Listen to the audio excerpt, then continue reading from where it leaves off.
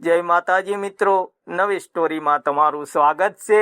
વિરન હવે અંદરથી મજબૂત બની ગયો હતો। તે સમજાઈ ગયું હતું કે સાચી શક્તિ ભક્તિ અને વિશ્વાસમાં છે, પણ તેની યાત્રા અહીં પૂરી થવાની નહોતી। અચાનક ગાયબ થયેલી શક્તિ એક દિવસ ગામમાં લોકો વાતો કરવા લાગ્યા। મંદિરમાં પહેલાની જેમ શક્તિ અનુભવાતી નથી, દીવો બળે છે પણ શાંતિ મળતી નથી। વિરેન ચોંકી ગયો। તે મંદિર ગયો અને ધ્યાનથી જોયું। માતાજીની મૂર્તિ તો હતી, દીવો પણ બળતો હતો, પણ એક અજાણી ખાલીપણું લાગતું હતું। વિરેન વિચારમાં પડી ગયો, આ શું સંકેત છે? ભક્તિની કસોટી। તે રાત્રે વિરેનને ફરી સપનું આવ્યું। માં ચામુંડા બોલ્યા, વિરેન, હવે તારી સૌથી મોટી પરીક્ષા છે। શક્તિ બહારથી નહીં, ભક્તના હૃદયમાંથી જન્મે છે। વિરેન સમજી ગયો, આ વખતે લડાઈ અલગ છે। ગામમાં વિવાદ। બીજા દિવસે ગામમાં ઝઘડા શરૂ થઈ ગયા।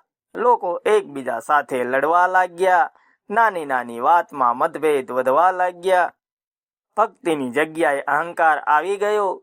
વિરેન દુઃખી થઈ ગયો। તે બોલ્યો, આ તો અંધકારથી પણ ખતરનાક છે। સાચે સમસ્યા। વિરેન દાદી પાસે ગયો। દાદી શાંતિથી બોલ્યા, બેટા, આ કોઈ ભૂત કે પ્રેત નથી, આ તો લોકોના દિલમાં જન્મેલો અહંકાર છે।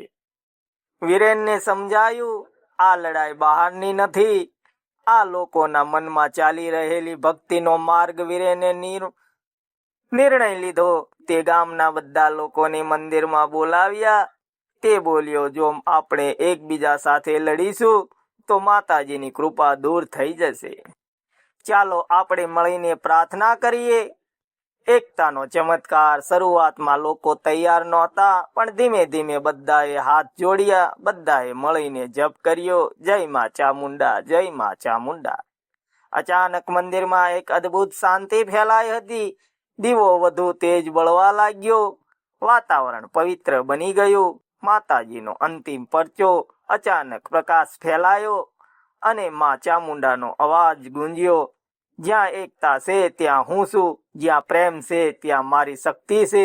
લોકો ખુશ થઈ ગયા। તેમણે એકબીજાને માફી માંગી। વિરેનનો સાચો વિજય। વિરેન હવે સમજી ગયો, સૌથી મોટી જીત અંધકાર પર નહીં, પણ લોકોના દિલમાં જીતવામાં આવે છે। ગામ ફરી ખુશાલ બની ગયું। અંતિમ સંદેશ। એ રાત્રે વિરેનને છેલ્લો સંદેશ મળ્યો, ફક્ત હવે તું ફક્ત એક વ્યક્તિ નથી, તું વિશ્વાસનું પ્રતીક છે। વિરેન નમન કરીને બોલ્યો, માં, હું હંમેશા તમારી સેવા કરતો રહીશ। શિક્ષા મોરલ। સૌથી મોટો શત્રુ અહંકાર છે। એકતા અને પ્રેમમાં જ સાચી શક્તિ છે। માં ચામુંડા હંમેશા ભક્તોના હૃદયમાં વસે છે। મિત્રો, વિડીયો સારો લાગ્યો હોય તો લાઈક, કમેન્ટ, શેર કરવાનું ભૂલતા